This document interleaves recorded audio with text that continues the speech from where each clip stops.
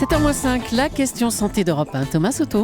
Ce matin, docteur Lemoine, vous avez tenu à nous parler de la rosacée. Est-ce que c'est ça, docteur, que l'on appelle aussi la coupe rose ? Effectivement, au premier stade de la maladie, c'est ce que le langage grand public appelle la coupe rose. Des manifestations pas sympas sur le visage, des petits vaisseaux dilatés, des boutons inflammatoires et surtout ces rougeurs qui ne disparaissent pas comme avec celles de l'émotion.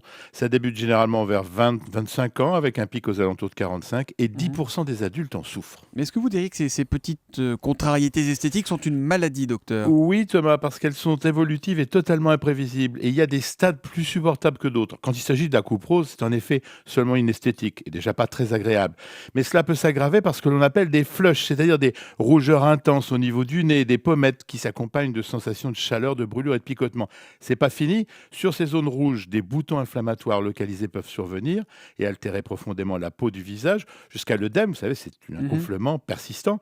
Puis enfin, vous avez déjà dû le voir, on peut arriver à la déformation du nez en forme d'aubergine. Et là, effectivement, on est en plein dans une maladie. Et est-ce que ça veut dire que toute personne qui a aujourd'hui quelques rougeurs indolores est condamnée à ce que ça empire de cette manière-là ? Bien évidemment non, puisque la progression d'un stade à un autre est imprévisible et la majorité de gens chez qui on diagnostique cette maladie restent avec des symptômes mineurs, mais qui sont quand même vécus le plus souvent comme un véritable drame. Ouais, c'est vrai que ça complexe un peu. Quand on en souffre, on cherche à s'en débarrasser.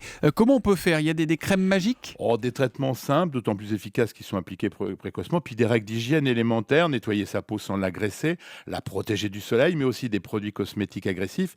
Il n'y a pas vraiment de médicaments qui marchent, ce sont plutôt des traitements locaux. Alors aujourd'hui, on peut ajouter quelques séances laser, ça marche, on ne traite pas la cause, mais l'objectif c'est d'agir avant les symptômes et d'espacer et les pousser. Et il y a un point qu'on n'a pas encore abordé, docteur, ce sont les causes de cette rosacée. C'est quoi ? C'est la chaleur, l'hygiène de vie, l'alimentation, le stress Oui, tout ça. Il y a d'ailleurs une vraie recrudescence, vous le disiez, météo à partir du mois de mars. Mais au final, la rosacée, c'est une maladie inflammatoire des vaisseaux sanguins qui ne touche que la peau du visage et on n'en sait pas beaucoup plus. Alors sans explication, c'est impossible de trouver la parade.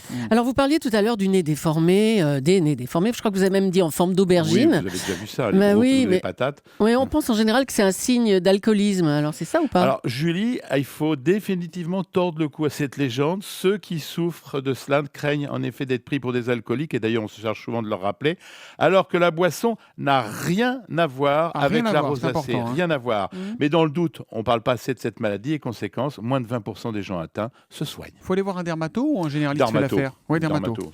Merci beaucoup. La question santé du docteur Lemoine, c'est tous les matins à 7h-5 sur Europe 1. Demain, Jean-François.